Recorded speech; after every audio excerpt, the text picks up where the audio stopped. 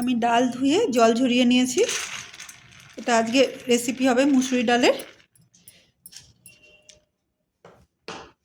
এর মধ্যে আমি দিয়ে দেব পেঁয়াজ কুচি,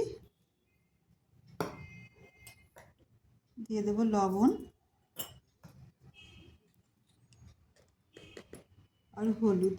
এই দিয়ে আমি ডালটা কিছুক্ষণ মাখিয়ে রেখে দেবো। কড়াতে দিয়ে দিচ্ছি তেল। তেল গরম হয়ে গেছে, এবার আমি মাখানো ডালটা ভেজে নেব কিছুক্ষণ। নমস্কার, এমজিআই কিচেনে সকল বন্ধুদের স্বাগত জানাই। আজকে আমার রেসিপি হবে মুসুরি ডাল মূলো দিয়ে। রেসিপিটা যদি ভালো লাগে লাইক করবেন, শেয়ার করবেন।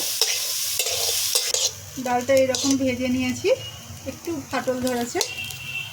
গরম জল, ডালটা এবার ঢাকা দিয়ে সেদ্ধ হতে দেবো। চাপা তুলছি। ডালটা কি সুন্দর সেদ্ধ হয়ে গেছে দেখুন। আমি এবার নামিয়ে নেব। কড়া ধুয়ে নিয়েছি, কড়া গরম হয়ে গেছে। এবার আমি দিয়ে দিচ্ছি সর্ষের তেল। তেল গরম হয়ে গেছে, দিয়ে দিচ্ছি সর্ষে আর শুকনো লঙ্কা, তেজপাতা ফোড়ন।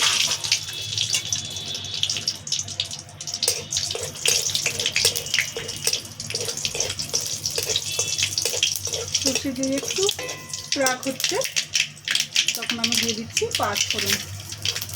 এটা একটু ভেজে নেব। পাঁচ ফোড়নটা ভাজা ভাজা হয়েছে, আমি কিছু জোয়ান দিয়ে দিচ্ছি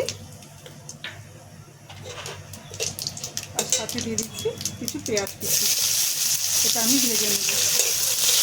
পেঁয়াজটা হালকা ভাজা হয়েছে, আমি এবার দিয়ে দেবো নুন মাখানো মূলো। এটা আমি ভেজে নেব।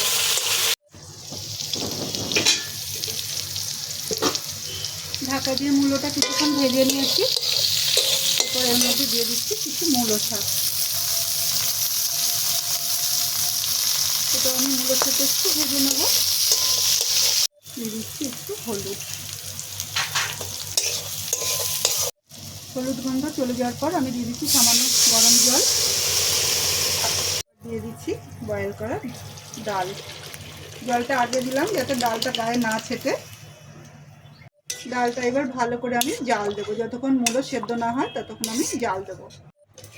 ডাল সুন্দর জাল দেওয়া হয়ে গেছে, পাক দেওয়া হয়ে গেছে। আর এই যে মূলো খুব সুন্দর সেদ্ধ হয়ে গেছে। ডালটা কিছুক্ষণ পরে নামাবো। আমি শেষে দিয়ে দিচ্ছি দুটো কাঁচা লঙ্কা চেরা আর কিছু ধনেপাতা কুচি।